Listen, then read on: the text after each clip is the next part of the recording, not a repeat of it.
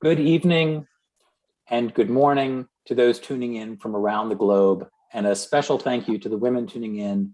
Today is International Women's Day in Asia, soon to be here in the United States. My name is Bernie Baskin. I'm a senior director here at the US-ASEAN Business Council, and I'm genuinely delighted to welcome you all to such a special event. Today, we're launching a policy paper on gender equity in Southeast Asia titled Bridging the Gap: Advancing Equal Opportunities and Gender Equality in ASEAN. This paper is the culmination of many months of work from our team here in Washington, DC, our teams in Southeast Asia, and from many of our member companies who took a great deal of time to help us think through the challenges and identify specific policy suggestions that, if implemented, would have meaningful impact on gender equity in this region. There are challenges and tremendous opportunities in addressing these issues. You'll hear many of them discussed today. But let me just say at the outset that addressing these inequities is simply the right thing to do.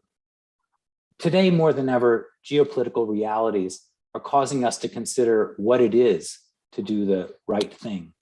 It's not always easy to determine. Sometimes it is. Men and women were created equal no matter what book you pick up, and our laws and access to resources should reflect that, full stop. Today, ASEAN represents the 5th largest economy in the world, expected to be the 4th largest within the decade. With a soaring population of more than 660 million people, ASEAN nations include more female representation than the entire population of the United States. If you want to look at economic opportunity, look no further than a recent McKinsey report suggesting that empowering this population and ensuring equitable access to capital, education, and opportunity could add nearly $370 billion to the regional economy by 2025. This is akin to adding a flourishing economy like Singapore to the already booming region. This lifts up everyone and contributes to a stronger, happier, healthier community. And yet there are significant policy gaps that still exist. We hope this paper will shine a light on some of these gaps, as well as potential solutions to begin addressing these gaps in meaningful ways. We're grateful to our partner, USAID, and to the many voices who contributed to this paper.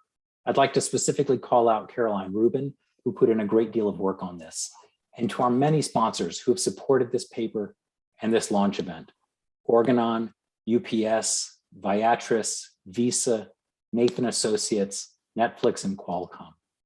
We thank you for your support. And with that, let's get this program started. We will have a few Vietnamese speakers this evening.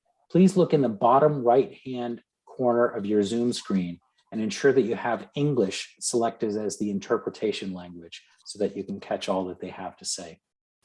I'm pleased to introduce Ambassador Ted Osius, the President and CEO of the US-ASEAN Business Council, the former US Ambassador to Vietnam, who happens to be joining us this evening from Hanoi. Ambassador, the floor is yours. Thank you very much, Bernie. And let me welcome again everyone who's joining this call today. I'm joining you, as Bernie mentioned, from Hanoi, where we have just kicked off the first face-to-face business mission in a long time. It's been far too long since I and my colleagues had the chance to travel to Vietnam for in-person meetings with officials and longtime friends, including my friend and colleague, Vu Tu Tang, who leads our Vietnam office. We are also honored to be joined by 2 special guests from the government of Vietnam, who I will be introducing in a few minutes. I really can't emphasize how proud we are to be launching this report on women's economic empowerment and gender equality in Asia, in ASEAN. And I want to again thank our partner USAID, our sponsors Organon, UPS, Viatris, Visa, Nathan Associates, Netflix, and Qualcomm, and contributors Kimberly Clark, Meta, and SAP. Without their support, we could not have put together this important paper. The central point of today's event is really about opportunity and ensuring that the women and girls of ASEAN are equipped with the skills, education, legal protections, and other support they need to succeed, and to help the entire region succeed along with them. According to a recent McKinsey Global Institute study, eliminating gender inequality in ASEAN, as Bernie mentioned, could add nearly $370 billion to the regional economy by 2025. But economic impact is more than just a number on a spreadsheet. It represents, I'm a father of a daughter, and this represents opportunities for girls like my daughter, for women entrepreneurs, to start businesses, to send their children to school, to support their relatives and communities, and to invest in a better future. I encourage you all to read this report, particularly the case studies. They bring alive the story that we're trying to tell. The case studies and the recommendations for how we can turn awareness into action.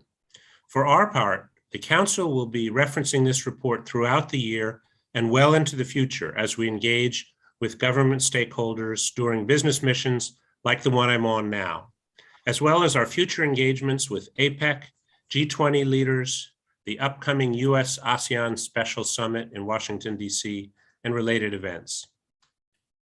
It is now my distinct pleasure to introduce our next speaker, Professor Dr. Chiu Van Kuong, Deputy Minister of Home Affairs.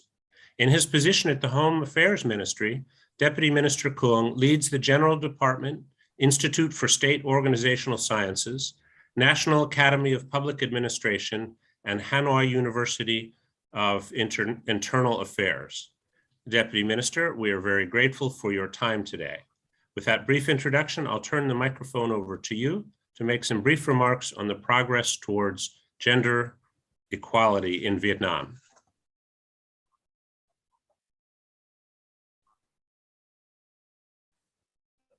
Thưa Đại sứ Ted Osis, Chủ tịch kiêm Tổng Giám đốc Hội đồng Kinh doanh Hoa Kỳ ASEAN, thưa các quý vị đại biểu, tôi rất vui mừng được Hội đồng Kinh doanh Hoa Kỳ ASEAN và các công ty thành viên mời dự lễ công bố báo cáo và khuyến nghị chính sách thu hẹp khoảng cách, thúc đẩy bình đẳng cơ hội và bình đẳng giới trong ASEAN hôm nay. Tôi xin gửi tới Ngài Nguyên Đại sứ Hội đồng Kinh doanh Hoa Kỳ ASEAN và các quý vị đại biểu lời chúc sức khỏe và lời chào trân trọng nhân dịp ngày 8 tháng 3. Cũng như nhiều quốc gia trong ASEAN, Việt Nam đang nỗ lực thực hiện các mục tiêu về bình đẳng giới nhằm xây dựng một xã hội dân chủ, công bằng, văn minh, bảo đảm định hướng xã hội chủ nghĩa vì mục tiêu dân giàu, nước mạnh, dân chủ, công bằng, văn minh, tạo lập môi trường xã hội phát triển hài hòa. Ở đó mọi người đều có cơ hội cống hiến và phát triển tài năng của mình để phục vụ cho công cuộc xây dựng đất nước phồn vinh thịnh vượng. Ở đó nam nữ có vị trí ngang vai trò với nhau, được tạo mọi điều kiện và cơ hội phát huy năng lực của mình cho sự phát triển chung của cộng đồng, của gia đình và thụ hưởng như nhau về thành quả của sự phát triển đó. Nhận thức rõ điều này, trong thời gian qua, Việt Nam đã có nhiều cố gắng trong việc xây dựng, đổi mới, hoàn thiện cơ chế chính sách pháp luật về bình đẳng giới. Vấn đề bình đẳng giới là một trong những chính sách được nhà nước Việt Nam đặc biệt quan tâm, được thể hiện qua những quy định rõ ràng, xuyên suốt trong các bản hiến pháp cũng như các quy định pháp luật của Việt Nam. Năm 2006, Việt Nam đã ban hành luật bình đẳng giới với mục tiêu xóa bỏ phân biệt đối xử về giới, tạo cơ hội như nhau cho nam và nữ trong phát triển kinh tế xã hội và phát triển nguồn nhân lực, tiến tới bình đẳng giới thực chất giữa nam và nữ và thiết lập củng cố quan hệ hợp tác hỗ trợ giữa nam và nữ trong lĩnh vực của đời sống xã hội và gia đình. Luật bình đẳng giới đã tạo ra khuôn khổ pháp lý tương đối đầy đủ, bảo đảm thực hiện bình đẳng giới về lĩnh vực của đời sống xã hội và gia đình, trong đó có nội dung bình đẳng giới trong lĩnh vực chính trị. Việt Nam là thành viên tích cực trong việc thực hiện cam kết quốc tế về nhân quyền, trong đó điển hình là Công ước Quốc tế của Liên Hợp Quốc về xóa bỏ và tất cả mọi hình thức phân biệt đối xử chống lại phụ nữ. Chính phủ Việt Nam đã ban hành chiến lược quốc gia về bình đẳng giới trong giai đoạn 2021-2030 để thực hiện mục tiêu bình đẳng giới, góp phần đạt được mục tiêu phát triển bền vững đến năm 2030. Trong 6 mục tiêu của chiến lược có mục tiêu bình đẳng giới trong lĩnh vực chính trị. Theo số liệu thống kê, việc thực hiện bình đẳng giới trong lĩnh vực chính trị, lĩnh vực mà cấp hoạch định chính sách thì đã đạt được kết quả đáng ghi nhận, đó là tỷ lệ nữ tham gia Ban chấp hành Trung ương Đảng khóa 13 cái khóa năm 2021-2026 thì có 19 trên 200 Ủy viên Trung ương đạt 9,5%. Tỷ lệ nữ đại biểu Quốc hội khóa 15 khóa năm 2021-2026 là có 151 trên 499 đại biểu, đạt 30,26%. Đây là cái tỷ lệ nữ cao nhất từ trước đến nay. Nữ đại biểu Hội đồng Nhân dân cấp tỉnh có 1.073 trên 3.720 đại biểu, đạt 29%. Tỷ lệ các bộ, cơ quan ngang bộ, cơ quan thuộc chính phủ có lãnh đạo chủ chốt nữ là 13 trên 29, đạt 45%. Trong đó, bộ, cơ quan ngang bộ có lãnh đạo nữ chủ chốt là 11 trên 22, đạt 50%. Cơ quan thuộc chính phủ có nữ lãnh đạo chủ chốt là 2 trên 7, đạt 28,6%. Việt Nam được đánh giá thứ 60 trên thế giới, đứng thứ 4 ở châu Á và đứng đầu trong Hội đồng Liên minh Nghị viện Hợp tác Hiệp hội các nước Đông Nam Á về tỷ lệ nữ tham gia cơ quan dân cử. Chỉ số phát triển giới của Việt Nam xếp thứ 65 trên 162 quốc gia và vùng lãnh thổ, xếp thứ 87 trên 156 quốc gia về chỉ số thu hẹp khoảng cách giới. Vì lẽ đó, Việt Nam được Liên Hiệp Quốc và cộng đồng quốc tế ghi nhận, đánh giá cao những nỗ lực thực hiện bình đẳng giới và vì sự tiến bộ phụ nữ. Thưa quý vị đại biểu, tăng cường sự tham gia bình đẳng của phụ nữ trong các vị trí lãnh đạo và các quản lý ở các cấp hoạch định chính sách giai đoạn 2021-2030 là một trong những nội dung quan trọng của mục tiêu thúc đẩy bình đẳng giới trong lĩnh vực chính trị và cũng là chỉ số đánh giá mức độ tiến bộ của từng quốc gia. Nữ giới và nam giới có những kinh nghiệm, trải nghiệm sống, kiến thức, kỹ năng, góc nhìn và cách giải quyết khác nhau đối với những vấn đề đặt ra trong lãnh đạo quốc gia và lãnh đạo tổ chức. Khi những kiến thức và những kinh nghiệm, cách tiếp cận khác nhau này được phản ánh đầy đủ trong quá trình hoạch định chính định và thực thi chính sách thông qua các đại diện lãnh đạo của từng giới, thì chính sách trở nên toàn diện, phù hợp, đặc biệt là với những chính sách có ảnh hưởng tới phụ nữ. Việc tăng cường sự tham gia của phụ nữ vào các vị trí lãnh đạo ở tất cả các cấp hoạch định chính sách nhằm từng bước giảm dần khoảng cách giới trong lĩnh vực chính trị. Đây cũng là thước đo để đánh giá sự phát triển kinh tế xã hội của mỗi quốc gia trên thế giới. Tôi xin nêu một số kinh nghiệm của Việt Nam trong việc thực hiện bình đẳng giới trong lĩnh vực chính trị. Một, tăng cường sự tham gia của phụ nữ vào các vị trí lãnh đạo và quản lý ở cấp hoạch định chính sách phải xuất phát từ việc nhận thức đúng trách nhiệm, vai trò, vị trí tiềm năng to lớn của phụ nữ về công tác phụ nữ và bình đẳng giới. Hai, tăng cường sự tham gia của phụ nữ vào các vị trí lãnh đạo và quản lý ở các cấp hoạch định chính sách nhằm thực hiện mục tiêu bình đẳng giới, bảo đảm quyền con người, thúc đẩy phát triển kinh tế xã hội, nâng cao chất lượng đời sống của người dân và thực hiện cam kết quốc tế mà Việt Nam là thành viên. 3. Thực hiện đồng bộ các giải pháp, biện pháp tăng cường phối hợp liên ngành, xã hội hóa, huy động sự tham gia của các cơ quan, tổ chức, cá nhân trong việc thúc đẩy sự tham gia của phụ nữ vào các vị trí lãnh đạo và quản lý ở cấp hoạch định chính sách. Thưa quý vị đại biểu, tôi hoan nghênh sáng kiến của Hội đồng Kinh doanh Hoa Kỳ ASEAN và cơ quan phát triển quốc tế Hoa Kỳ đã nghiên cứu, xây dựng và công bố báo cáo này nhân ngày Quốc tế Phụ nữ mùng 8 tháng 3, thực sự có ý nghĩa. Tôi tin tưởng rằng với sự cố gắng, nỗ lực của các thành viên trong ASEAN, vấn đề giới và bình đẳng giới được thực hiện có hiệu quả trong thực tế, và một lần nữa khẳng định phụ nữ ngày nay càng đóng vai trò quan trọng trong lĩnh vực kinh tế, xã hội và chính trị, với sự phát triển cân đối, hài hòa, bền vững trong mỗi cộng đồng quốc gia, khu vực và trên thế giới. Tôi xin trân trọng cảm ơn. Thank you very much.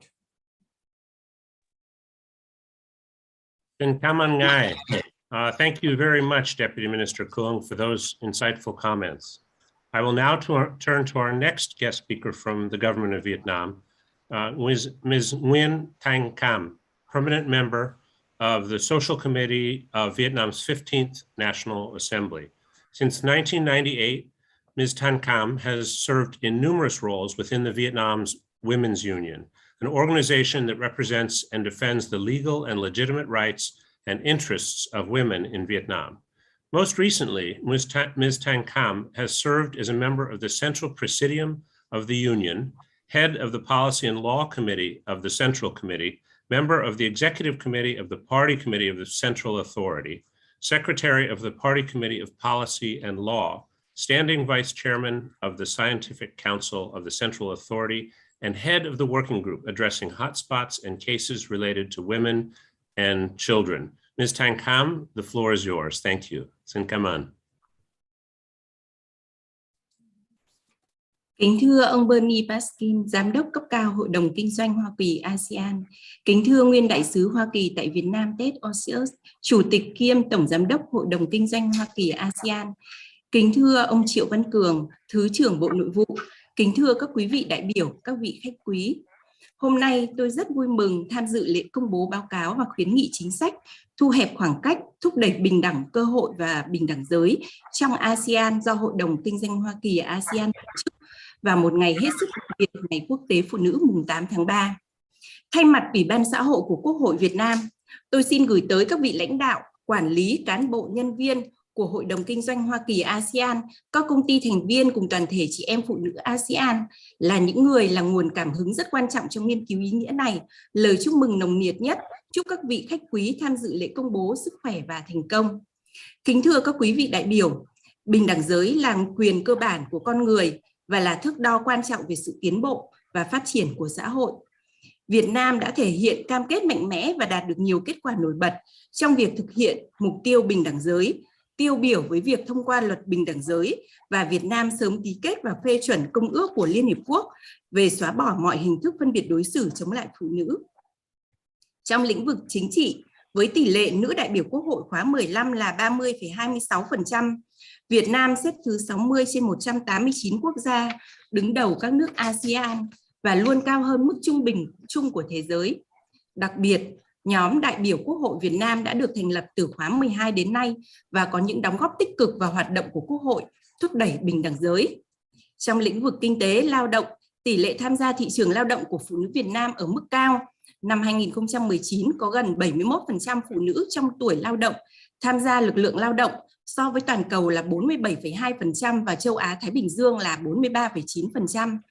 Việt Nam có nhiều quy định đảm bảo bình đẳng giới như rút ngắn khoảng cách tuổi nghỉ hưu của lao động nữ so với lao động nam, hay chính sách hỗ trợ doanh nghiệp nhỏ và vừa do nữ làm chủ hoặc doanh nghiệp nhỏ và vừa sử dụng nhiều lao động nữ.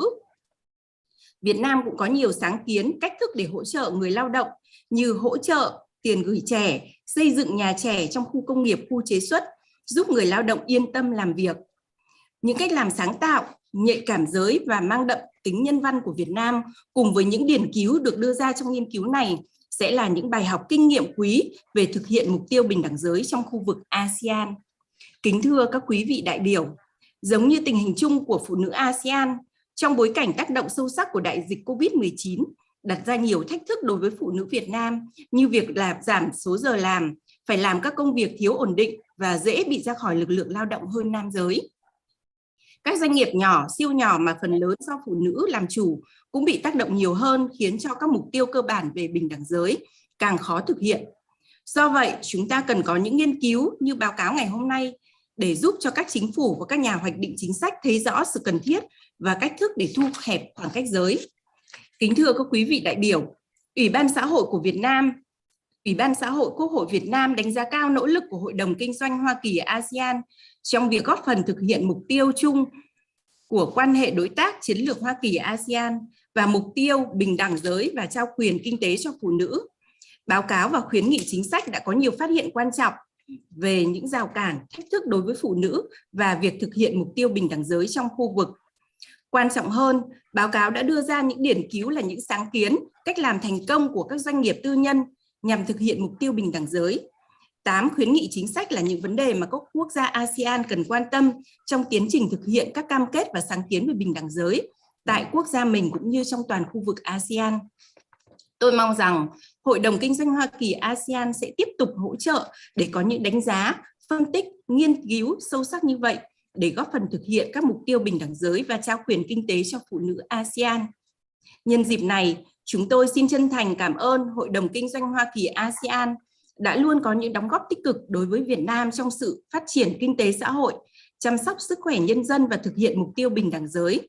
Đặc biệt, các doanh nghiệp Hoa Kỳ đã có nhiều hỗ trợ thiết thực cho Việt Nam trong phòng chống dịch COVID-19 vừa qua. Chúng tôi mong muốn trong thời gian tới, cộng đồng doanh nghiệp Hoa Kỳ tại Việt Nam sẽ tiếp tục trao đổi, kiến nghị với các cơ quan của Quốc hội chính phủ về các giải pháp chính sách pháp luật để tiếp tục hoàn thiện, nâng cao chất lượng môi trường đầu tư kinh doanh, cũng như trong việc thúc đẩy việc thực hiện mục tiêu bình đẳng giới tại Việt Nam. Xin chúc các quý vị đại biểu mạnh khỏe, hạnh phúc và thành công. Xin trân trọng cảm ơn.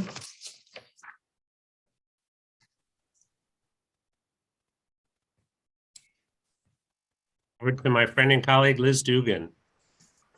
Thank you, Ms. Tankam. Xin cảm ơn. Yes, thank you, Ms. Tankam. A really impressive report and fantastic information, very hopeful, very hopeful. Welcome, everyone. My name is Elizabeth Dugan. I'm the Vice President for Operations at the Council, and I'm very excited about being a part of this important forum and the launch of our new Women's Economic Empowerment White Paper. Here at the Council, we don't just talk the talk, we walk the walk. And currently, more than half of those employed at the Council are women. And even more significantly, 16 of those 23 women serve in manager positions or higher. It's a source of tremendous pride for me, but really to all of us, that we have been able to identify women whose talents can find a solid home at the Council, and that so many of them have been promoted from within as well. And you will be seeing and hearing from 3 of them during this program. So we're celebrating Women's History Month in March, which also gives us a chance to reflect, but our next speaker is really thinking about the future. Steve Green is the US Agency for International Development's Mission Director for Regional Development in Asia. And he has been at USAID for more than 20 years, all over the world, including Latin and South America and the Caribbean and in East Africa. Steve, the kind of support and focus that USAID is providing under your watch for women throughout Asia is so impressive. And we're so grateful for it, and specifically for your support of this important publication. We welcome you to our platform today. We're anxious to learn more about the scope of your programs. The screen is yours. Thank you very much, Elizabeth, for your kind words. Good morning, good afternoon, and good evening to everyone, and a very happy International Women's Day. I want to thank the United States ASEAN Business Council in particular for spearheading this initiative. You are expanding the discussion and spurring action in 3 areas that the United States government prioritizes: gender equality and equity, a free, open, and prosperous Indo-Pacific, and private sector engagement. In March 2021, a year ago, President Biden signed an executive order establishing the White House Gender Policy Council and recognizing the full participation of all people, including women and girls, across all aspects of our society, and it is essential to the economic well-being, health, and security of our nation and of the world. So for the United States Agency for International Development's Regional Development Mission for Asia, our specific programming on gender equality and equity within ASEAN includes founding the ASEAN Women's Entrepreneur Network, launching the ASEAN Small and Medium Enterprise Academy and a business alliance together with the US-ASEAN Business Council, and supporting women-owned micro, small, and medium-sized enterprises. In addition to these projects, USAID promotes gender mainstreaming in the ASEAN economic community by ensuring that ASEAN's work on trade, digital economy, and micro, small, and medium-sized enterprise development incorporates gender considerations. Most recently, USAID assisted ASEAN in the development of the Gender Mainstreaming Strategic Framework. And thanks to this framework, the US government and ASEAN will collaborate to enhance ASEAN's commitment, capacity, and culture in relation to gender and inclusion.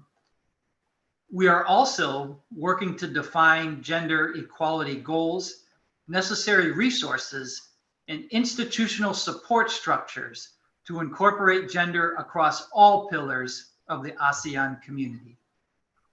Looking forward, we aim to continue increasing our partnerships with the private sector. Our partnership since 2014 with Underwriters Laboratories, for example, promotes and expands women's participation in science, a field where women are often underrepresented. We are thrilled to partner with the United States ASEAN Business Council to promote our common interests in advancing equal opportunities and gender equality in ASEAN. And we encourage others in the private sector to partner with us. So on behalf of USAID's Regional Development Mission for Asia, I want to thank the US-ASEAN Business Council for their leadership and for organizing today's launch event. I thank all of you for your engagement and commitment to women's economic empowerment in Asia. And once again, a very happy International Women's Day. Now back to you, Elizabeth. Thank you. Steve, thank you so much. You know, we're so grateful to you. The kinds of activities that we're trying to pursue, we simply couldn't do it without the support of USAID. So again, I tip my hat to you and to all your colleagues there who have worked so successfully with. Ladies and gentlemen, I feel quite privileged to welcome our next guest, Ambassador Milan Verveer. We could spend the balance of our time listing her accomplishments. Just let me give you some of the highlights. She is currently the executive director of the Georgetown Institute for Women, Peace, and Security. She serves as a special representative on gender issues for the OSCE chairperson in office. She was chief of staff in the 1990s to then First Lady Hillary Clinton. She co-founded and served as chair and co-CEO of Vital Voices Global Partnership, which is an international NGO that invests in emerging women leaders, as I think many on this call know. Significantly, she was the first US ambassador for global women's issues during the Obama administration, where she coordinated foreign policy issues and activities relating to the political, economic, and social advancement of women. Ambassador Verveer, you and our audience may recall that Eleanor Roosevelt is famously known for having said that we must do the very thing that we have decided we cannot do.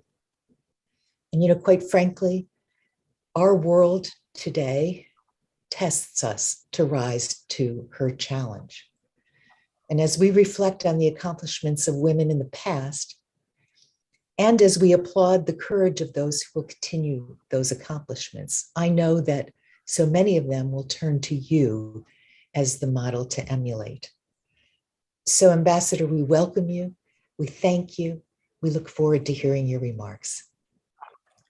Well, thank you so much, Liz, and it's great to be with you again, and for your far too generous introduction. It is a pleasure for me to join all of you for the launch of Bridging the Gap. And thanks to the US-ASEAN Business Council, USAID, and all the partners for the collaboration that made this very important report possible. And I can't think of a more appropriate way to celebrate International Women's Day than to focus on women's full economic participation. One of the big challenges faced all over the world is how to grow economies and ensure national and global prosperity. The World Bank has called gender equality smart economics, not marginal to economics, but central to economic growth and to inclusive prosperity. The World Economic Forum does an annual gender gap report that looks at the gap between women and men in a given country on 4 metrics. And one of those is economic participation. Now, why does an economic forum issue a gender gap report, you might ask? Because in those countries where the gap between men and women is closer to being closed, those countries are far more prosperous and economically competitive. Now, we know from the study that's being launched today that there is a considerable gap in Southeast Asia between men and women's economic participation, and we all need to work to close that gap. Moreover, women are significantly clustered in the informal sector, and we need to move them from the informal sector into the formal economy. And regulations are too often discriminatory against women and impede their participation and possibilities. In their reports, McKinsey has demonstrated time and again the price that is paid collectively when women are disadvantaged. They note that if women's role in the labor market were identical to that of men, the GDP of the Asia Pacific area would increase by 12% in US dollars. That translated is $4.5 trillion. Trillion. That's what we're losing when we don't unleash the full economic participation of women. It is clear that the gender gap in economic participation is clearly shortchanging women. But I hope we understand by now that it is also shortchanging the economic vitality of the region. Today, we have an evidence-based case that women's economic progress and a country's economic prosperity go hand in hand. You've already heard about the McKinsey estimate that if gender inequality were eliminated in the region, 370 billion would be added to the regional economy in the next several years. But that takes political will. It takes strong leadership and engagement from all sectors of society, particularly the private sector. It takes all the stakeholders coming together to advance women's progress. Because when women make progress, society makes progress, economies make progress. Numerous studies, including the one being launched today, show that women run small and medium-sized businesses are accelerators of GDP. Small and medium-sized businesses create jobs and grow economies. But as we know from the study being launched, if the gap is going to be closed in ASEAN, the barriers that women confront have to be removed, and women must be enabled to unleash their economic potential. Women confront hurdles in starting and expanding their businesses. Throughout the region, laws, customs, and regulations create roadblocks. In some places, women aren't allowed to open bank accounts on their own or engage fully in running all aspects of their business. They often lack access to training, to mentors, to networks, access to markets. Often they are left out of trade policies that would help them expand their markets.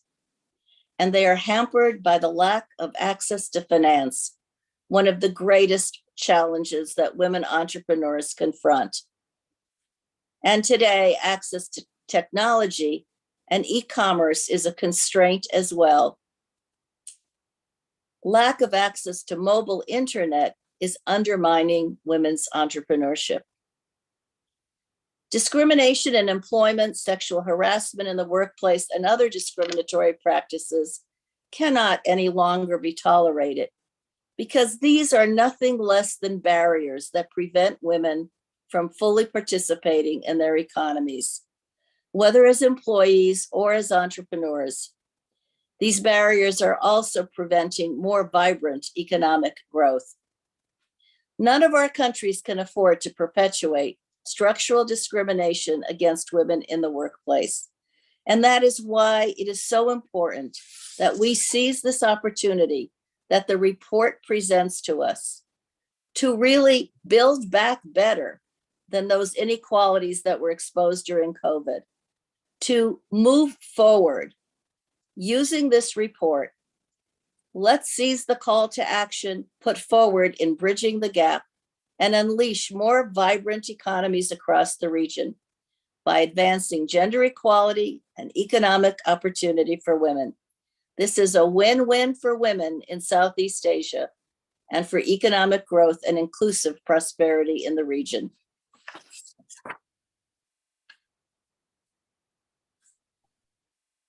Hear, hear. Thank you so much, Ambassador.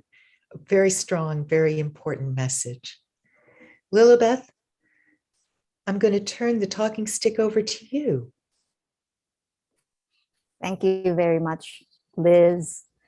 Good morning and good evening, everyone. This is Lilibeth Almonte, Deputy Director for International Trade Policy at the US-ASEAN Business Council. It is my pleasure to introduce our next speaker, who is no stranger to us here in Washington and also in the region, to talk about women empowerment in Singapore and the region. DCM Cindy Wee is a seasoned diplomat, having been assigned to Beijing, Shanghai, and have negotiated the free trade agreement with Taiwan. She has also been part of the ASEAN Chairmanship Task Force, and she returned to Washington, D.C. after her first posting as Deputy Chief of Mission. I turn over the screen to you, DCM Cindy. Thank you. Good evening, good afternoon, and good morning to all of you. So my name is Cindy Wee. I'm the Deputy Chief of Mission of Singapore Embassy in Washington, D.C. So first of all, I would like to thank the US-ASEAN Business Council for spearheading this initiative and for the excellent policy paper. It is very timely for us to meet today and discuss the issue of women empowerment, which is critical in charting the society's advancement, especially as we celebrate the International Women's Day. I just want to share a bit on Singapore's approach in championing the role of women in society. So in 2021, it launched what we call the Year of Celebrating Singapore Women. You may ask, why is this initiative and why now? So at a personal level, I have to confess that I am blessed not to grow up feeling discriminated as a woman in Singapore. Meritocracy is the guiding principle to ensure equal opportunities and social mobility, regardless of gender, ethnicity, family background. So the Year of Celebrating Singapore Women is hence to celebrate how far Singapore women have come and their achievements in our society. There is broader recognition within Singapore society that women and men are equally empowered to achieve their potential and career aspirations more today than ever before. But having said that, we are not complacent. We also want to assess the way forward. The fundamentals of Singapore's legislation and policies are strong, but there's always room for improvement. Hence, there is a need to look ahead to understand the aspirations and needs for women in Singapore and ensure that our system evolves over time. So in the case of Singapore, we're fully committed to supporting women in their career pursuits. For example, we recognize the impact on women labor participation and career ceiling with the global movement towards the digital economy. Today I read a survey, a US survey that indicated women made up only 28% of the workforce at the top US tech companies. I don't have the statistics of women in tech in ASEAN, but I can imagine that the number will be even lower. So on this, I just heard from Steve from USAID, and I fully agree with him that it's important to encourage women to join the male-dominated STEM fields. So in Singapore, we do this through an early effort in schools. to provide a diversity of skill sets, a diversity of education pathways, and a diversity of perspectives and experiences. We strengthen the teaching of STEM, or what we call science, technology, engineering, and mathematics. This does not only equip our students with the new STEM foundations to be smart users of technology, but also nurture a lifelong interest in STEM and its application, so that more of them join the science and technology sector. These efforts have translated into concrete results. In 2020, Singapore's female employment rate was at 61.2% and literacy rate at 96.1%. Our results have been recognized on the international stage. In the Global Innovation Index 2020, Singapore ranked first for a proportion of women employed with advanced degrees. In terms of representation in senior management, women held 16.2% of board seats. The Credit Suisse Gender 3000 report puts Singapore as tied with Italy for first position in the highest proportion of companies with women CEOs, and almost 30% of the Singapore parliamentarians are females. So, coming back to the policy paper, we agree that creating workplace opportunities and ensuring women can participate effectively in the workforce is an important way to ensure that we achieve optimal workplace productivity. We also recognize that women face difficult choices between family and work, with women's responsibilities at home spilling over to affect career progression, so some women need for more flexibility. In this, Singapore government has committed to protecting women better against discrimination or unfair treatment at the workplace. Maybe some of our examples could be useful references. So first, we had the tripartite guidelines on fair employment practices, which will help to level the playing field for women employees and through providing heavy subsidies for welfare services. We also introduced an employment facilitation programs to support women looking to return to the workforce after a period of absence. So from 2018 to 2021, this particular program has placed more than 48,000 women across their programs and services. Another area is actually about upskilling priorities. So one growth sector is in the digital sphere, and we want to create opportunities for women in the tech sector. For this, we introduced this SG Women in Tech initiative, which was launched in 2019, and it reached out to more than 117,000 people. So today, women make up 41% of the tech workforce in Singapore. This is well above the global average of 28%. And we want to keep working on this to improve the statistics. We have made great strides in empowering women in Singapore, but we can only achieve this because of the strong commitment and partnership between the government, private companies, community, and individuals towards advancing Singapore women's standing. On the business side, which I think is relevant to the Business Council, the Singapore Business Federation launched an SG Women Entrepreneurs Network to connect women entrepreneurs. So we welcome the members of the Business Council, to reach out to the Singapore Business Federation if you're interested in this initiative. On the other hand, it is also important to spark conversations like what we are doing today, between Business Council, between governments, academics, and of course, the grassroots level. So in Singapore, we had a year-long initiative called Conversations on Singapore's Women's Development to understand what Singaporean aspirations and ideas on how to further advance women in Singapore. For example, we have female and social enterprises which empower single mothers to create unique jewelry to be sold for profit. On the regional level, we realize that Singapore efforts should not just be about Singapore. We therefore play our part globally.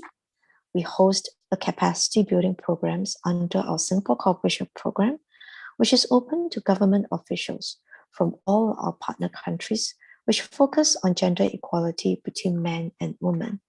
So Singapore and the United States, we have what we call the Third Country Cooperation Program, which also extends to, to our fellow colleagues in ASEAN countries and South Asia.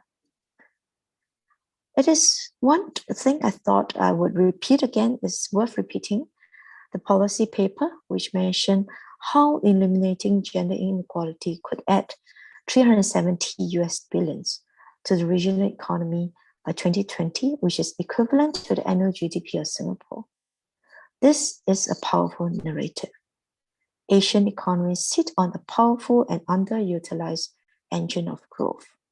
So promoting women is not just an ideal or fairness, but one that makes economic sense. So to ensure that the potential in ASEAN is unlocked, it is important for businesses to invest in ASEAN, set up offices in the region that champion women's leadership and empowerment would help to address the inequalities. With that, I thank you, and I'll hand over the mic to Lilibeth. Thank you very much, DCM. Indeed, Singapore is a leader and bellwether in ASEAN. The White House has indicated that there would be a US-ASEAN Ministerial on Women as one of its new initiatives. What would be a good measure of success for this ministerial, and how could American business support this effort in Singapore and in the region? Thank you. I think first of all, we have to understand that ASEAN comprises 10 different countries, different political systems, and different development stage. And so therefore, when we look at ASEAN, we're actually looking at 10 different countries that are grappling with a widespread gender inequality in the workforce. So what we think is that it's important to create an ecosystem to encourage women's participation in the workforce. And so how do we go about doing that? Talking about the US initiative in partnering with the ASEAN on women's empowerment, Singapore stands ready to support it. And what is relevant to the Business Council, which I hope, these are just some humble suggestions in talking about a good measure or successful initiative, was how could the US businesses play a role in this? So I have some humble suggestions for you to consider. So one, American businesses, they are champions of a more inclusive environment and more women participation in the top leadership. These are important values that I think the US companies can bring to the region and champion in their offices in the region. A second suggestion is about, the potential. How do we start from bottoms up? And this is where we can start from an early stage. Education is a Kickstarter for equal opportunity in the workplace, and businesses can look into partnering schools to provide courses in coding in the STEM field. So, I have, just like Ted, I have a daughter. She's turning 14 years old, and her school actually starts a coding program right from the age of 8 or 9 years old, which was very impressive. And it's seldom seen even in Singapore, which is pretty advanced in education. So I think this is a very good novel idea to introduce into the region. Well, my third suggestion would be talking about internship. Maybe the US companies could to work with the host cities, with local business associations, or even with local schools to introduce internship programs for women and girls and capacity building programs, which could work towards encouraging more active female participation in the workforce. Thank you. Thank you very much. These are helpful ideas which we will take back, and we certainly hope to build on. It is also my pleasure to introduce the next speaker, Fatima Asagov, who leads UPS Public Affairs. Fatima will be speaking about the benefits of equal opportunities in international trade. Fatima is a proud alumni of the council and also with a former stint at one of the council members. So it's certainly good to point out that we appreciate growth within and outside the council. So over to you, Fatima, for your remarks. Thank you. Thank you so much, Lilibeth. And I have to say, it's such an honor for me to be here alongside such an incredible group of speakers. And I want to say that the council and its partners have done such an amazing job putting this paper together.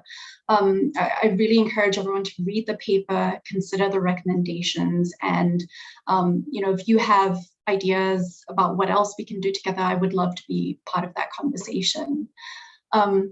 So just moving into my comments, I'll start by saying I've worked at UPS after being at the US-ASEAN Business Council. I've been at UPS for about 6 years now. And one of my favorite things that I've been able to do in that time has been working on all our various efforts to drive women's economic empowerment through trade. As Ambassador Bavir actually pointed out earlier in her remarks, there's so many women around the world who still face many legal and cultural barriers that prevent them from growing their businesses across borders. Some of them include obstacles to opening a bank account, registering a business, owning and inheriting property, moving freely within and out of a country. For instance, if you want to meet with suppliers or potential distributors and so on and so forth, those things are all very important for someone who's trying to grow their business. In addition to that, at the border, women are particularly vulnerable, in some part due to disproportionately lower levels of literacy or access to information about regulations and procedures. But then you also have cases where rules may be inconsistently applied, there may be a mistake, excess duties may have been mistakenly charged, or goods may have been seized, and that requires some kind of explanation. Female traders are less likely to speak up, sometimes because they might be unsure of the rules or they're simply intimidated. There's these different things that need to be tackled. And it's really in everyone's interest to tackle these things. The speakers before me have outlined a lot of these reasons. I'll add on a few more. The McKinsey Global Institute estimates that if the world sees both men and women participating equally in the global economy, we'd see a whopping 26% increase in global GDP. And that's substantial. Trade expands opportunities for women, it generates employment, it encourages skills development, it increases financial independence. And it's also good in a broader way for families and for the societies that we live in. It's quite interesting. The International Trade Center found that when women earn an income, they actually tend to spend a higher proportion than men do on things like children's health, food, and education. So for all of these reasons, it's important that we tackle the barriers that they face. I'll touch a bit on some of the things that we're doing at UPS. And I'm really proud of the work that we've been doing, advocating for a more inclusive approach to trade, dismantling of gender barriers. But I know we aren't there yet, and we need to keep going.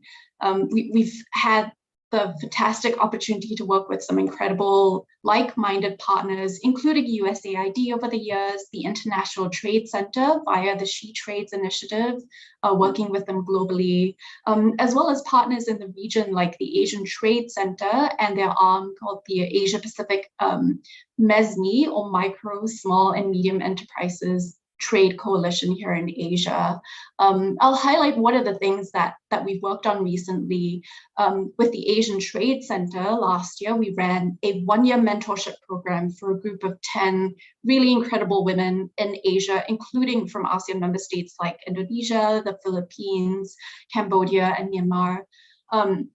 They were each at different stages in their growth journeys. Some of them were already exporting to customers in other markets. Some were seeking to. Some of them, had a thriving business selling to tourists. And when the pandemic hit, obviously there were no more tourists and they had to pivot and try and sell online and to markets overseas. So we brought in mentors, trainers on a range of subjects, from customs rules and regulations to contracts to things like product photography. And it was really eye-opening and heartening for me to see them on their journeys. A lot of them pivoted their business models from B2B to B2C, or from online to offline. And we'll be launching the second part of this program this year. But building capacity is just one part of the equation. More fundamentally, I think we need to make sure that the rules of the game are fair. This year's International Women's Day theme is break the bias, and we really need to break the biases we see in trade. So we've been working with US-ADC, with the Conference of Asia Pacific Express Carriers, CAPEC, to advocate for simplified rules of trade, particularly with low value shipments. We think that's a very timely and powerful opportunity to do more on that front. So in sum, two things. First, capacity building as much as possible. But secondly, it's really fundamentally about tackling the underlying barriers themselves. And so we'll keep going and working with incredible partners. So I'll stop there, Lilibeth. Thanks. Thank you. You've mentioned the importance of simplifying trade rules to improve access for women. And we know UPS has done a lot. But if you were to identify one more intervention or policy intervention that we could all do together, what would that be? Thanks, Lilibeth. So I think what's also important is, there are the broader things we can do that I mentioned, like capacity building, like simplifying trade rules, but then there are the specific gendered barriers to trade that we need to address. And I think one way to move the needle on that front is to ensure that during trade policy consultations, for instance, we're being deliberate about soliciting feedback from women traders, either through the many business associations that there are across ASEAN, many women's professional groups. I do think it's important that these groups be consulted as well for feedback during any ongoing trade negotiations. And I think that needs to be done very deliberately. So yeah, more we can do on that front. Thank you. We'll certainly try to do our part. And I now turn over the screen to my fantastic colleague, Mega Valentina, for her part of the program. Thank you. Thank you, Lilibeth, and a happy International Women's Day, everyone. So women entrepreneurs have been significantly accelerating economic growth, socioeconomic growth all over the world. And now I'd like to introduce our next panelist who will be speaking on business inclusion for women. Shinta Kamdani is the owner of and CEO of Sintesa Group. It's an Indonesian business group which operates in the property, energy, industrial products, and consumer products. As a businesswoman, Shinta is involved in numerous business and social activities, including as the vice chairwoman of the Indonesian Chamber of Commerce and Industry, or KADIN, and Employers Association of Indonesia, or APindo, as well as the president of Indonesia Business Council for Sustainable Development, founder of Angel Investment Network Indonesia, chairwoman of Indonesia Business Coalition on Women Empowerment, and an international board member of Worldwide Fund for Nature, or WWF. She is also a member of APAC Business Advisory Council of Indonesia. Shinta Kamdani graduated from Barnard College of Columbia University in New York and the executive education at Harvard Business School in Boston. She has received awards such as Forbes Asia's 50 Powerful Businesswomen in 2012, 2013, and 2016, Asia's Leading Businesswoman of the Year Award from Women in Leadership Forum in 2013, Women Entrepreneur of the Year from Asia Pacific Entrepreneurship Award in 2014, Women of Power from Asia Business Leadership Forum in 2012, 30 Best CEOs by Business Indonesia Award in 2015, among others. Ibu Shinta, thank you so much for being here, and the floor is yours. Hi, thank you, Mega, and good. I think here is in the morning in Jakarta, so evening in the US. I'm pleased to congratulate the US-ASEAN Business Council together with USAID for their outstanding contribution to the regional inclusive economic development through an important emphasis on gender equality and women's empowerment. I think the devastating impact of the COVID-19 pandemic has presented more difficult challenges for women, worse than the pre-pandemic situation in many ways. The limitations of mobilization and massive economic transactions push women in a burdensome position. The gender participation gap that has narrowed in the past decade is now widening again. Women are considering leaving or are likely to leave the workplace as a result of the impact of COVID-19. Women accounted for, before the COVID-19 crisis, women accounted for 38.9% of total employment. But in 2020, as many as 47.6% of women lost their jobs during the pandemic. I think when we talk about women entrepreneurship, plays an important role in economic development, also continues to encounter difficulty in dealing with the pandemic from both a market and financial perspective. Investment in women entrepreneurship away by venture capital is facing also a substantial disperse in 2020. As a result, female-owned businesses are 6% more likely to close than male-owned businesses.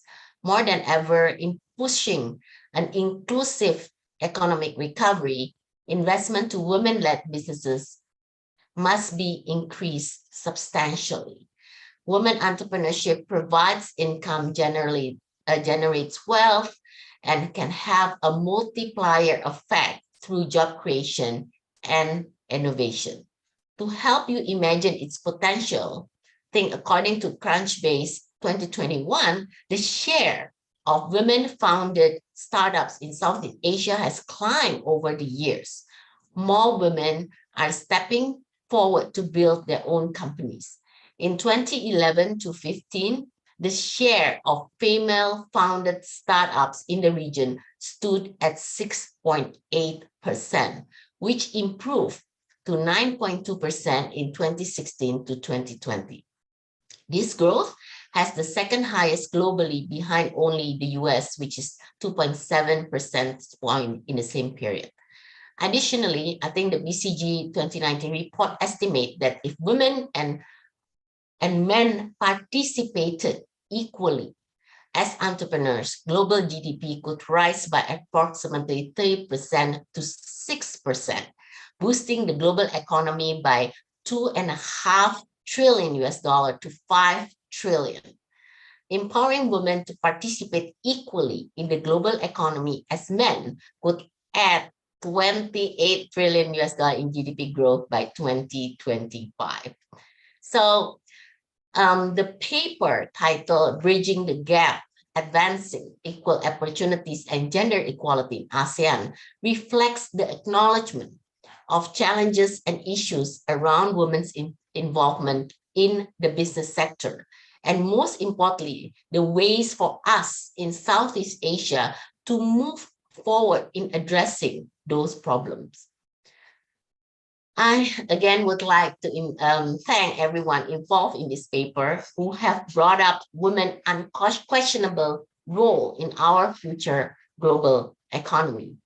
Speaking on behalf of women business owner, and also this year has been tasked to become the chair of Business 20, I found the paper has incorporated constructive analysis on key areas that I've been advocating for many years, such as lack of women access to financial sources, the gender imbalances in market and business opportunities, and strong women leadership in global economy.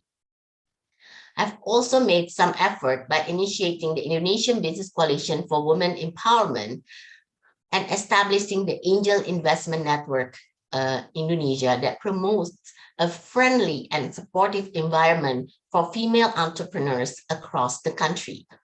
However, even when me and stakeholders in the region have made some progress and effort, the paper shows to us a critical evaluation that we must act faster, stronger, and together to narrow the gender base gap, particularly after hit badly by the COVID-19 pandemic. To address this striking issue, we need to be more innovative, supporting policy for women. I do appreciate the recommendations on the paper that point out the importance to evaluate the current trade agreements and investment scheme through a gender lens. I do think the encouragement to rural provinces and communities to empower women through gender-neutral regulation and education is propitious. Equitable economic growth for women needs an equitable process indeed. There is no doubting that women entrepreneurs and business owners face many barriers to growth and scalability than men. Typically, they have limited funding opportunities and suffer from gender bias. Women still provide the greatest share of home and family care, and many lack the support they need to address the challenge of work-life balance. This could be in terms of knowledge, resources, access to infrastructure, mentorship, and sponsorship. These challenges are not new, and in fact, previous also B20, including Italy presidency, highlighted many of them. Studies continue to substantiate similar barriers. For example, rural women comprise a quarter of the world population. They work as farmers, wage earners, and entrepreneurs. Yet, less than 20% of landlords worldwide are women, according to ILO. If we consider the enormous opportunities offered by digital transformation, the internet, digital platform, mobile phones, and digital financial services offer leapfrog opportunities to women to earn additional income, increase employment opportunities, and access knowledge and general information needed to participate more equally in the global economy. However, the OECD found that some 327 million fewer women than men have a smartphone and can access the mobile internet. In many countries, there are also legal constraints. This is despite many countries also prioritizing gender as highlighted by improvement in the World Bank. Women, business, and the law score in every region. In fact, since 2019, 27 economies from all regions have enacted reform, improving gender equality. According to the World Bank report, most reform introduced or amended laws affecting pay and parenthood. There were no reform addressing gender differences in property rights, a barrier facing many women entrepreneurs. Overall, on average, World Bank estimate that women have just 3/4 of the legal rights afforded to men, significantly curtailing their economic opportunities. After reading the proposed policy recommendation, I'm delighted to see that many points stated there are aligned with areas we are fighting for at the B20 Indonesia. As the business segment of the G20 Indonesia presidency, an annual meeting of world major economies, we highly value the necessity of having gender-based perspective in determining our global economic recovery. The paper is not only aligned with our policy priorities, but present as the evidence-based inputs from the regional concerns that B20 Indonesia could accommodate. Therefore, apart from other 6 task forces, B20 Indonesia accommodates the women interest in global economy through our Action Council on Women in Business, which designed as a platform for female entrepreneurs and business leaders to provide insights for G20 leaders and advocate for better policy for women. This council is established to promote policy that enable availability of supporting infrastructure, knowledge, legal foundation, capacity building, and cross-border cooperation for women in G20 countries and beyond. To create meaningful and actionable solution for gender inequality, B20 is working to develop the One Global Women Empowerment Platform. What is this? This is sufficient to empower every woman-led business in the global economy, which will be presented as the sustainable legacy. One global women empowerment is designed to as a body to support secretariat and technology that will connect relevant stakeholders and provide for a real-time best practices to accelerate the impactful inclusion of women and women-led businesses in the economy. The network will act as the bridge between G20 and B20 presidency outcomes, ensuring continuation efforts from Indonesia to India to Brazil and beyond. We will work with its 5C, crowdsource, crowdfund, curate, clarify, and communicate that we believe will help women in business to empower each other. We will focus its effort on accelerating and scaling that is already funded, established, and working well, while developing new initiatives to address gaps.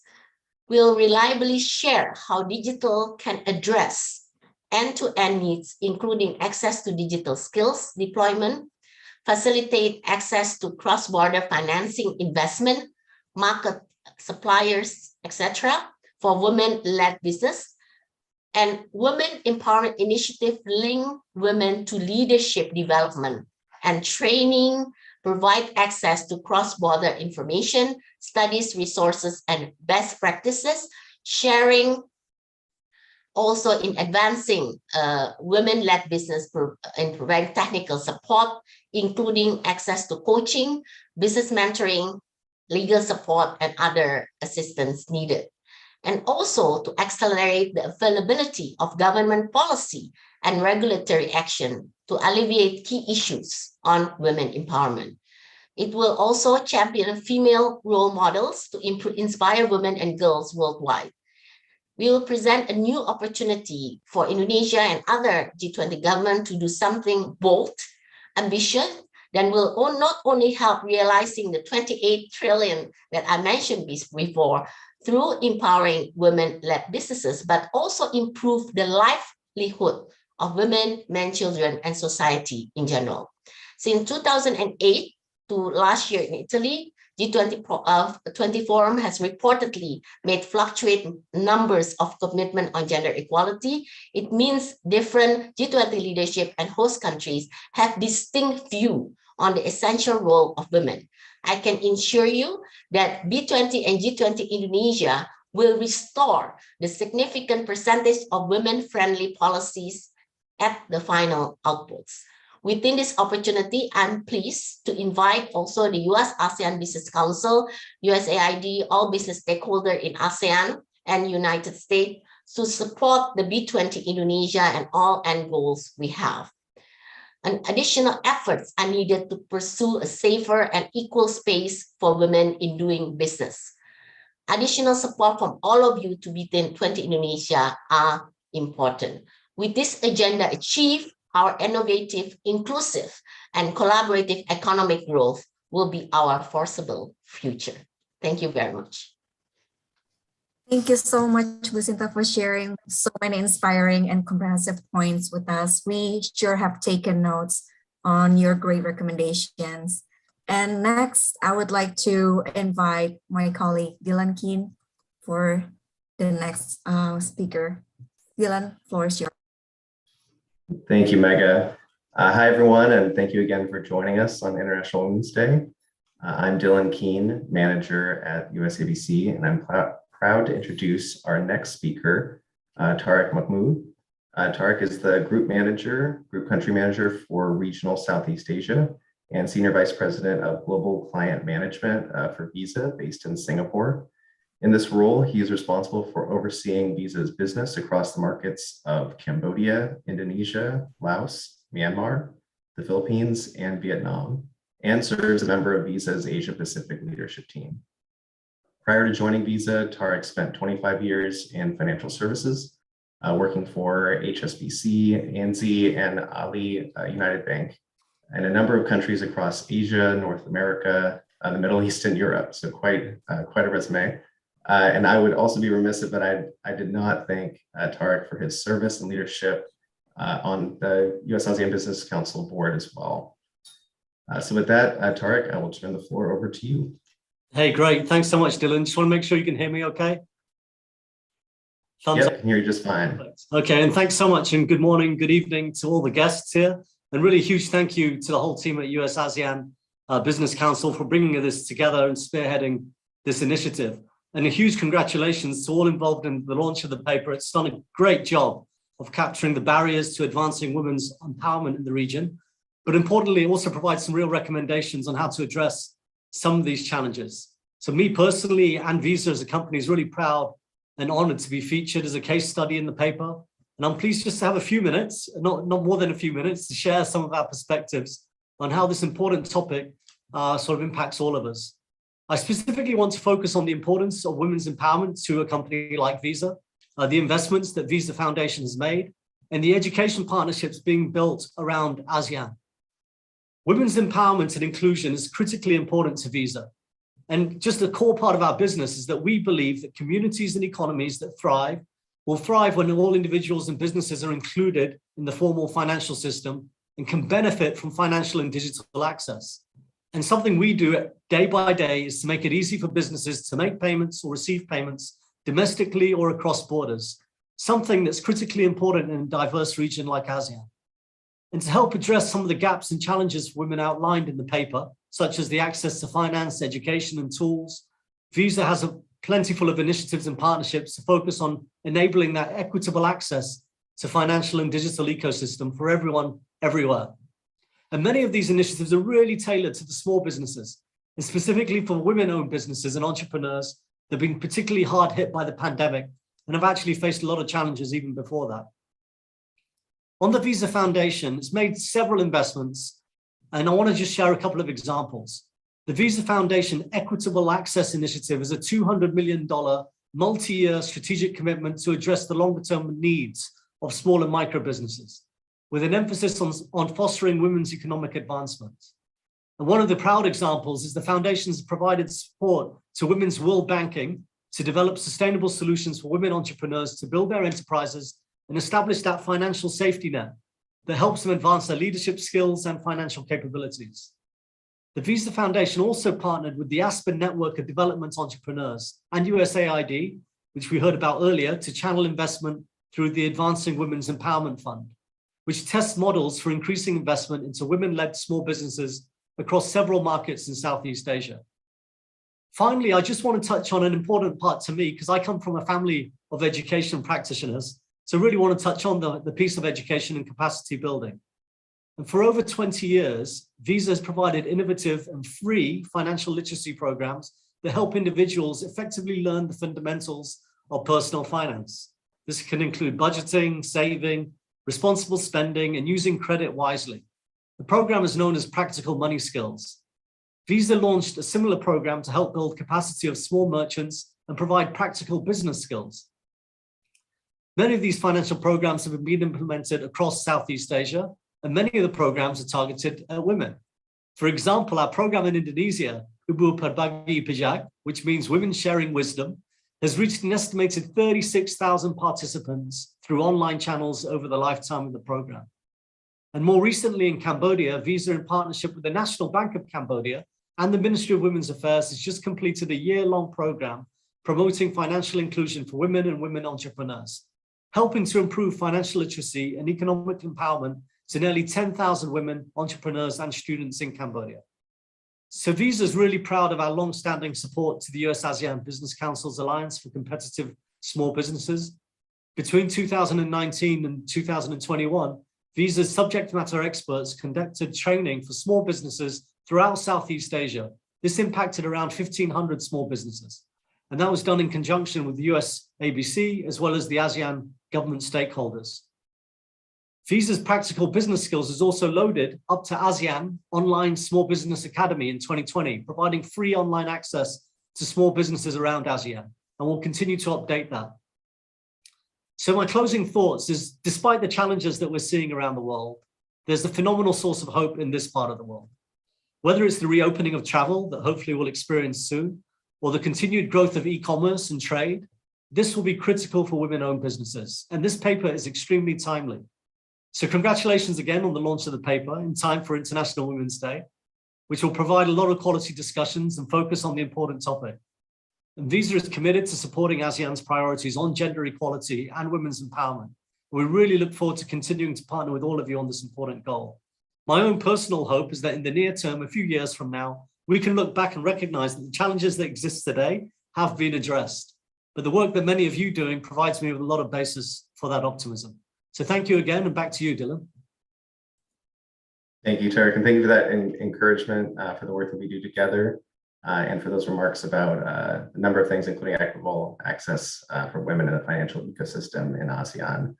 I did have just one quick follow-up question for you. I know we're short on time, but you named a number of great programs that Visa's been working on.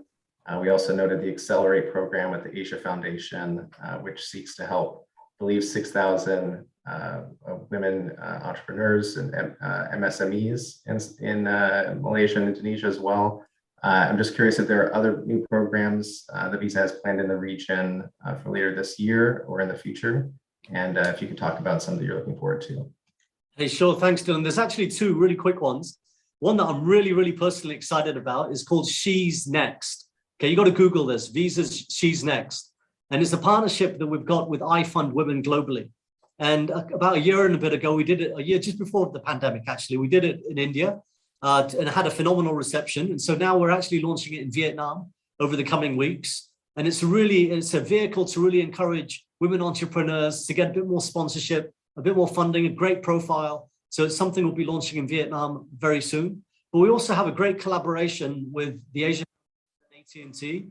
And this year, we're really embarking on a collaboration with both of them to digitally enable women, micro-entrepreneurs in Malaysia and Indonesia through more online training content, some business clinics, some mentoring. But our aim is to reach about 6,000 women small businesses. So that's keeping us busy, Dylan.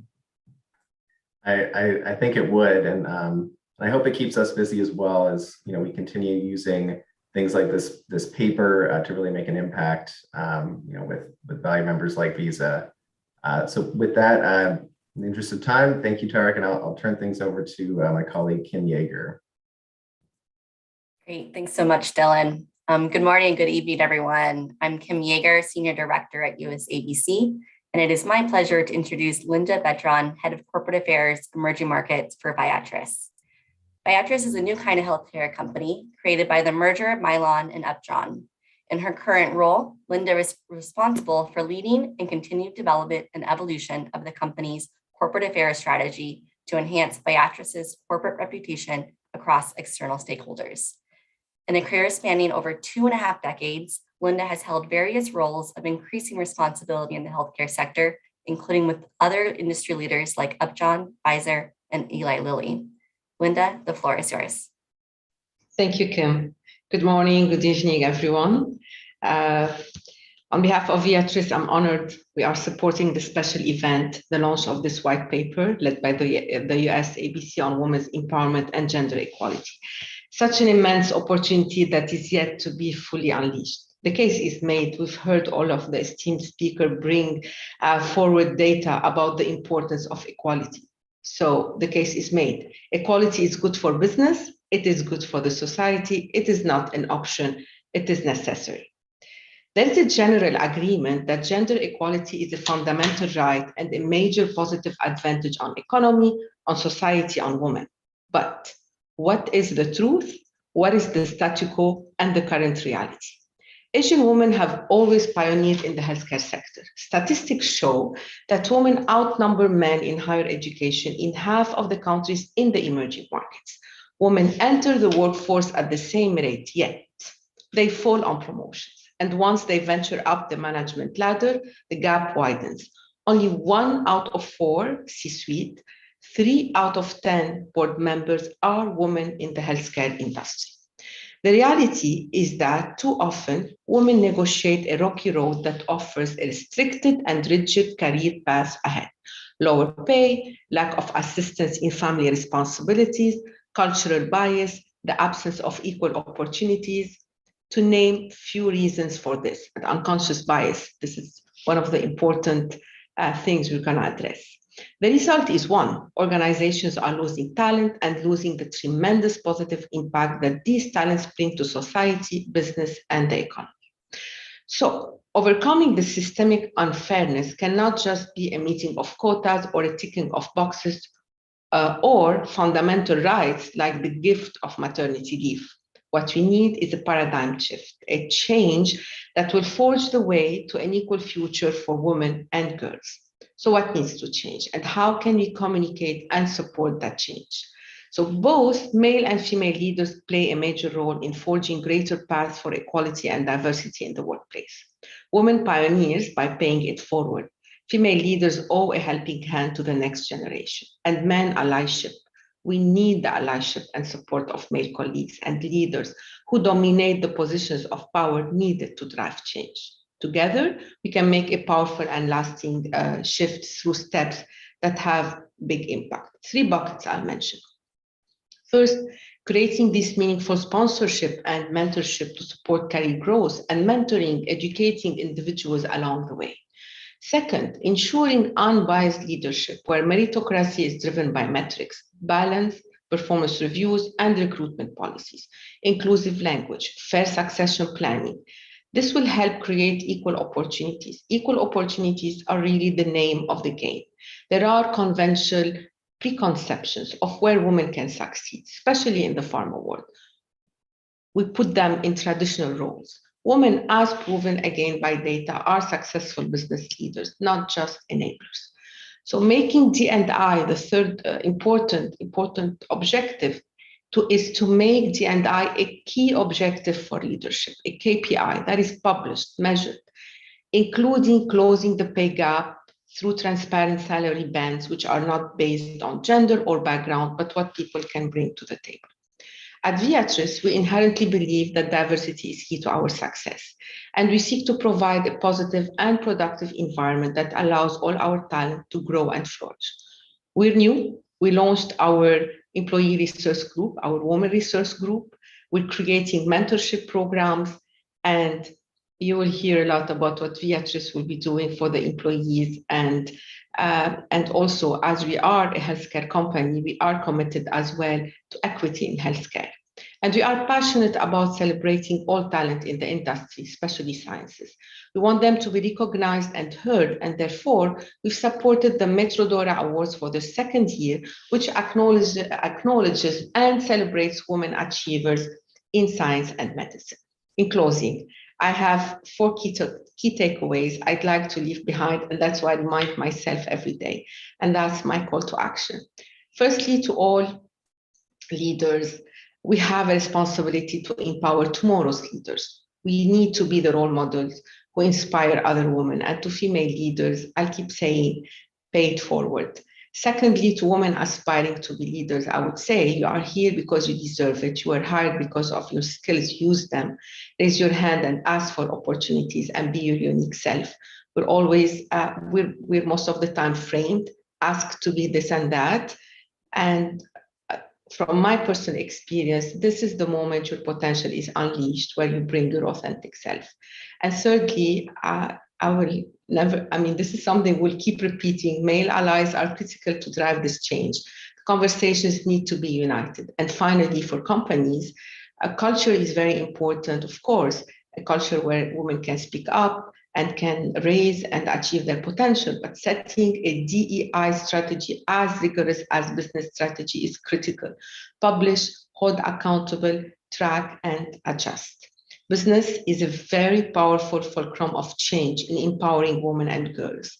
The leaders in this room and those on the line have a unique but a very important opportunity and a role to play. And by extension, we can collectively use this powerful white paper to advocate for gender equality and collaborate with all the industry and ASEAN leaders in the public and private sectors, as well as US government stakeholders and within our own organizations to drive the change. So being accountable can only be realized in actions, not just words. Thank you, Kim. Thank you, Linda, for those powerful and inspiring remarks. I have a brief question for you. You touched on allyship. How can men help accelerate women's economic empowerment? This is really a very, very important topic. Today, by working with our male colleagues as allies, we will have more power, momentum, and balance to force through change. We ask women to lead change. Of course, we need to be the front, at the center. Change comes from every part of the society. Yet statistics confirm that men are in charge. I mean, all the statistics show that women represent 20, 25, 30% from whatever you get the data, but not more in decision-making across public-private sector. So it's in policy making, in organizations, board members, as CEOs, chairmen, etc. So we need to take a strategic and unified route. Most of all, we need to ensure that conversations are inclusive. And there are 3 key issues that you need to address, which I've tackled earlier. I'm not going to really elaborate further around meritocracy, combating the fact that opportunities are not evenly distributed, and the issue of unconscious and conscious bias. This is especially the case in the pharma industry, where the struggle is on the commercial ladder.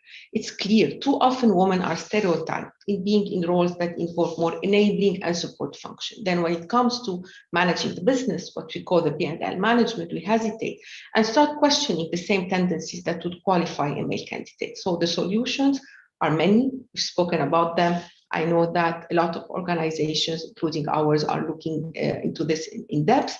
But just maybe one last thing that I want to say to the men in the workplace, because there are big actions, but small actions also that can make a big impact.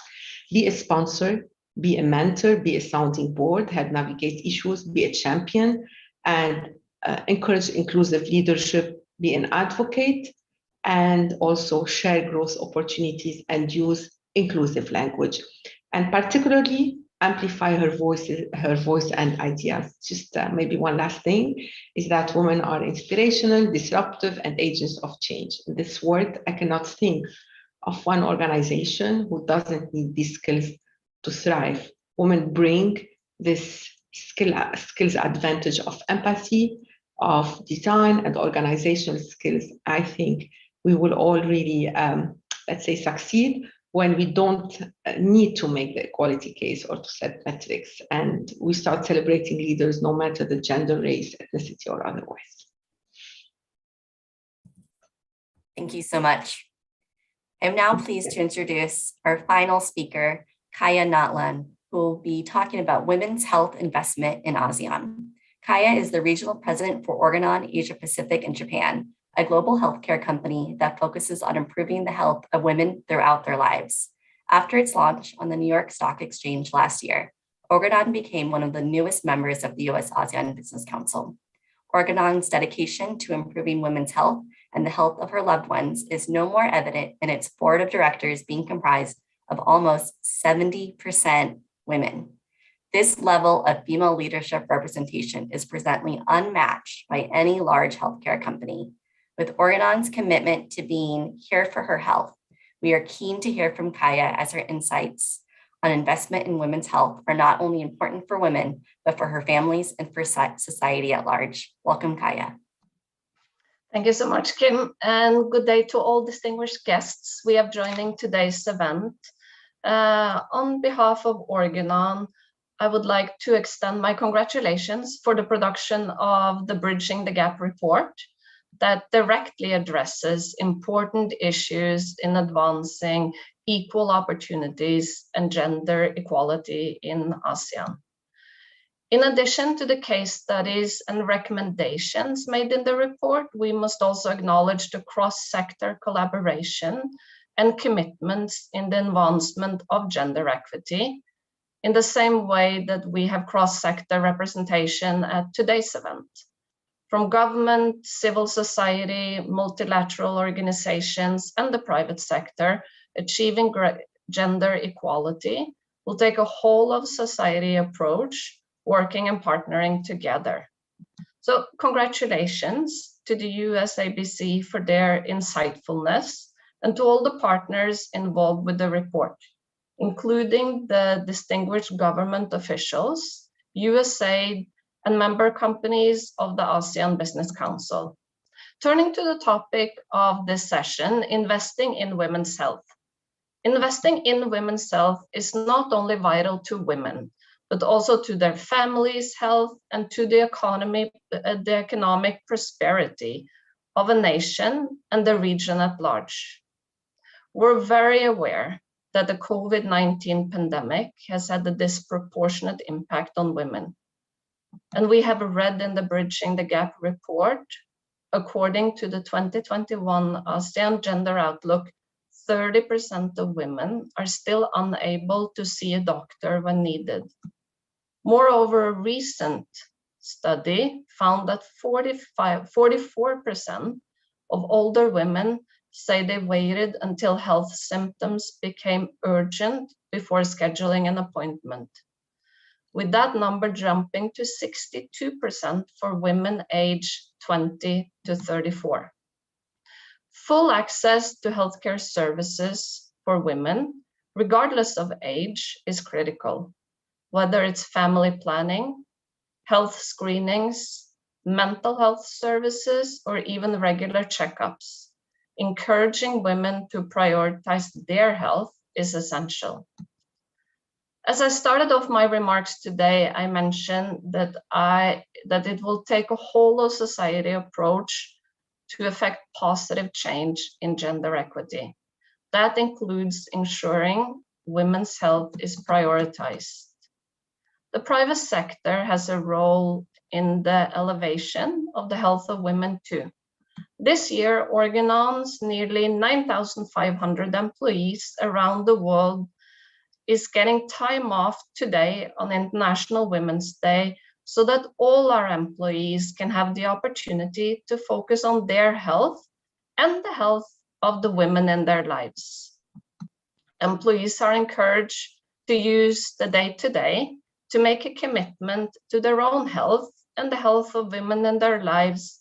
That can include going to the doctor, taking stock of their well-being, or reflecting on how to make a change for women's health overall. We do understand that not every company is able to provide a paid day off to focus on women's health. However, this may provide an example of a practice to adopt that would support the advancement of women's health. And we believe it's beneficial for society and the economy at large if women are encouraged to focus on their health instead of putting it on the back burner until an unfortunate accident happens. As they say, prevention is always better than the cure. We're a community of problem solvers, and we're standing at a unique point in time where experts such as policymakers, healthcare providers, civil society, and yes, the private sector should and can collaborate to conceive of innovative, well-informed, and holistic solutions to tackle the health challenges faced by women across the world and specifically in ASEAN. I'm confident that the US-ASEAN Business Council community agrees and would support the collective aspiration to bolster society and the economy through investing in the healthcare of women. Thank you. Thank you, Kaya, and thank you for highlighting the importance of prioritizing women's health. A quick question for you. Where do we see family planning fitting into investment in health? And do we see any good examples?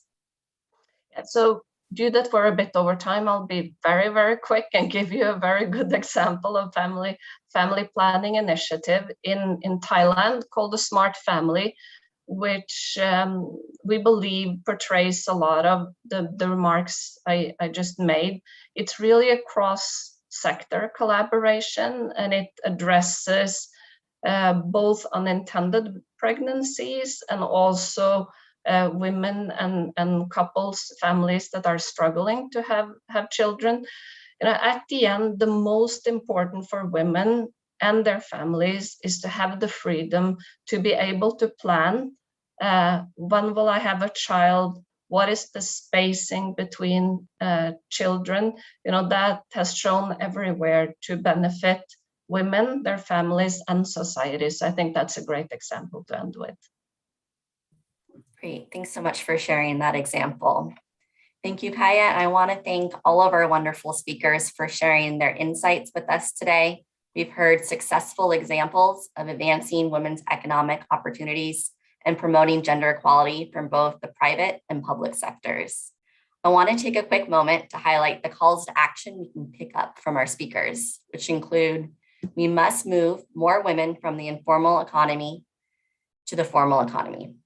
We must increase access to finance, technology, and training for women. We must create opportunities for women in fast-growing sectors like tech. Education is a Kickstarter for equal opportunity in the workplace. We must start by supporting girls in their education. We must ensure the rules of the game are fair, and we need to break the biases we see in trade. We must increase investment in women-led businesses as a part of economic recovery. We must have allyship from men. And all stakeholders must come together to advance women's progress. As Ibu Shinta put it, we must act faster, stronger, and together. Lastly, thank you to our audience for joining us on today's program. Even though we ran a little bit over, thanks for bearing with us and for celebrating International Women's Day with us. We hope you will join us in this call of action to bridge the gap and that you'll read and share the report. This conversation is just a start, and we look forward to engaging with our stakeholders to unleash these opportunities for women and girls. Good night and good day, everyone.